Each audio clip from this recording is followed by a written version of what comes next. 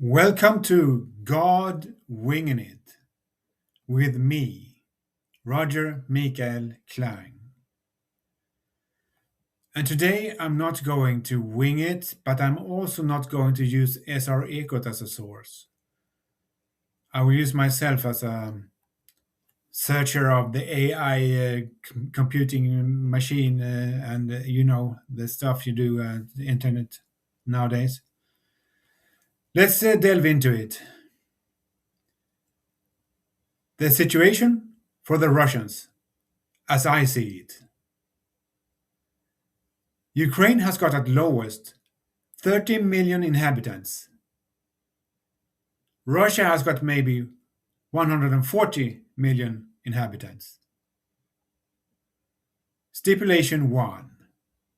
If Russia shot down 400 Ukrainian drones the other day, it means that Ukraine can afford to launch maybe 10,000 drones against Russia per year at a cost of approximately $550 million. Stipulation 2. Ukraine's workforce in the military complex is about 300,000 persons. If 30,000 of them are engineers, we have 270,000 left that can produce and assemble the wartime materials. Some of the Ukrainian materiel, such as tanks and aircraft, is and or was supplied by the EU and the United States. My guess is that 200,000 workers are deployed to manufacture Ukraine's drones. That leaves a workforce of about 170,000 people for Ukraine's strategic drones. At least. Some of the drones are small, and some small drones are bought from China or elsewhere. Stipulation 3. It takes about 10 to 20 workers to produce a strategic drone, 24/7, in maybe 1 week's time. I'm guessing here. Stipulation 4. A strategic drone that can reach St. Petersburg costs about $55,000. That means that Ukraine could supposedly manufacture approximately 440,000 to 880,000 strategic drones per year. When production reaches peak, and if Ukraine has got the financial means for it. Stipulation 5. Ukraine has a defense industry with a $50 to $55 billion overall capacity. That means that Ukraine, if they bet everything they had on strategic drones, and without Europe's help, can muster building 1 million drones per year. That's more than 2,700 drones per day they could send away if they could build the drones at that pace. But in reality, it would be roughly half that number, or 1,300 drones per day. Not so bad. 1,300 drones per day. That's a lot. Let us look at the cost for Russia to shoot down the lower numbers of the two. 440,000 missiles will be required at a cost of $1,100,000 to $5,500,000 per pop. That's $480 billion up to $2.4 trillion for the whole bunch. If and only if Russia can afford to shoot down 400 missiles at every strategic location or oil facility at all times, it would require at least a 20-fold increase in the $480 billion, i.e., $9.6 trillion.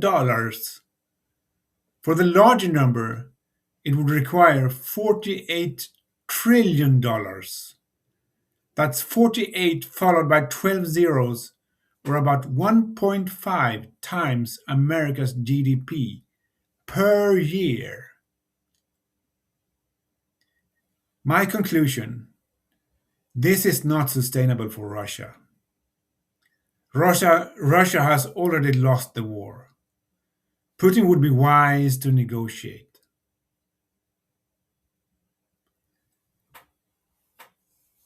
Let us now look at the other party's situation, Ukraine. Stipulation 1. Ukraine doesn't currently have large oil depots. Or at least I suppose they don't. I guess that Ukraine has bet their life on keeping the Russians away from the western Black Sea, so that Ukraine can import the oil they need by sea, or possibly tap Russian oil pipelines, or import via the port in Rotterdam, and or via Poland, possibly by rivers, probably all of the above, at least at some point in time.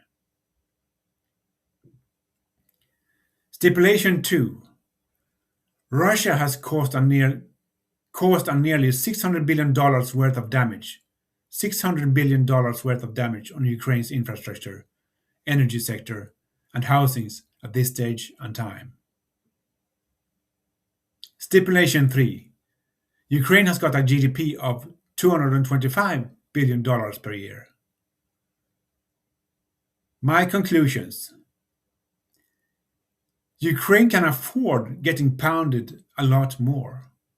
Not that I want that, and it is not optimal in any sense. But after 4.5 years of Russian warring on Ukraine, the Ukrainians are back 3 years worth of money. 3 years worth of money.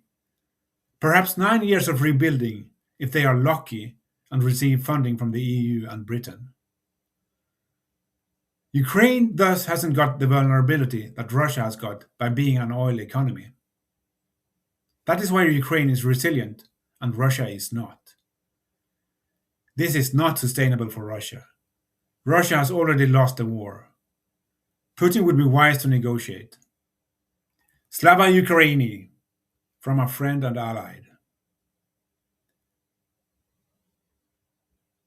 Roger and out.